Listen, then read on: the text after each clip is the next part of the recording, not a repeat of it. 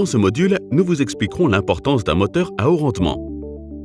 Nous entrerons dans un moteur électrique pour comprendre ce que l'on entend par rendement et expliquer les pertes qui se produisent à l'intérieur du moteur et qui contribuent à l'évaluation de son rendement.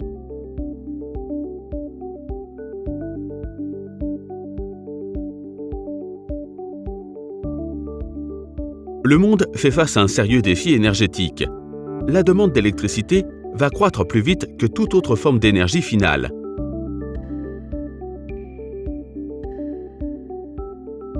Les pressions pour limiter la consommation d'énergie et les émissions de CO2 émanent de toutes parts.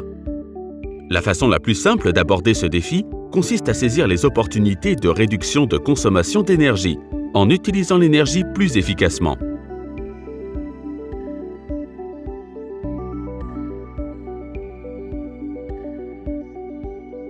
Plus de 40% de l'électricité produite est consommée par les industries. Et les 2/3 de cette énergie sont utilisés par des moteurs électriques. Améliorer l'efficacité énergétique en utilisant des moteurs ayant un meilleur rendement permettrait de réaliser d'énormes économies d'énergie et d'émissions de CO2. Les gouvernements ont donc introduit les MEPS, Minimum Energy Performance Standards, et ont établi un niveau minimum de rendement obligatoire pour les moteurs électriques. Alors, qu'est-ce que le rendement d'un moteur?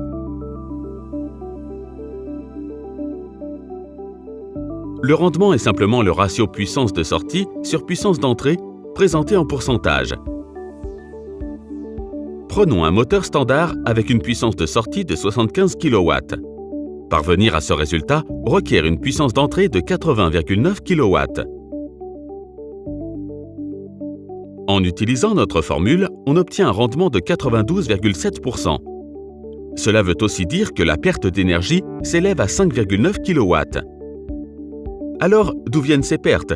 Et comment les limiter afin d'accroître le rendement du moteur? Nous allons essayer d'expliquer cela de façon simplifiée. Les pertes à vide montrées ici sont presque constantes, qu'importe la charge du moteur. Les pertes dans le fer du stator sont dues à l'énergie nécessaire pour magnétiser le matériau du noyau et comprendre les pertes dues à la création de courants de Foucault dans le noyau. Nous pouvons les réduire en utilisant des tôles plus fines et de meilleure qualité et en allongeant le noyau de fer. Les pertes par frottement sont dues au frottement des joints et des roulements. Elles peuvent être réduites en dimensionnant et en sélectionnant correctement les roulements. D'autres pertes, liées à l'air, sont causées par la résistance de l'air dans les ventilateurs et peuvent être réduites en optimisant le design des ventilateurs. Après les pertes à vide, nous avons les pertes en charge. Il en existe 3 types.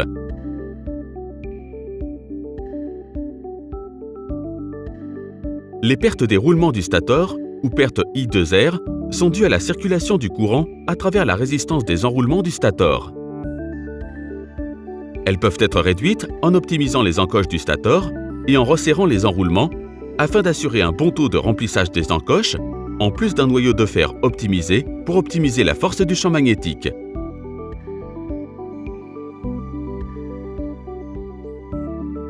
Les pertes de rotor. Le rotor subit aussi des pertes I2R causées par les courants du rotor et des pertes dans le fer, dues à l'interaction du flux magnétique avec le noyau du rotor. Elles peuvent être réduites par des barres conductrices et des anneaux plus grands ayant une résistance plus faible.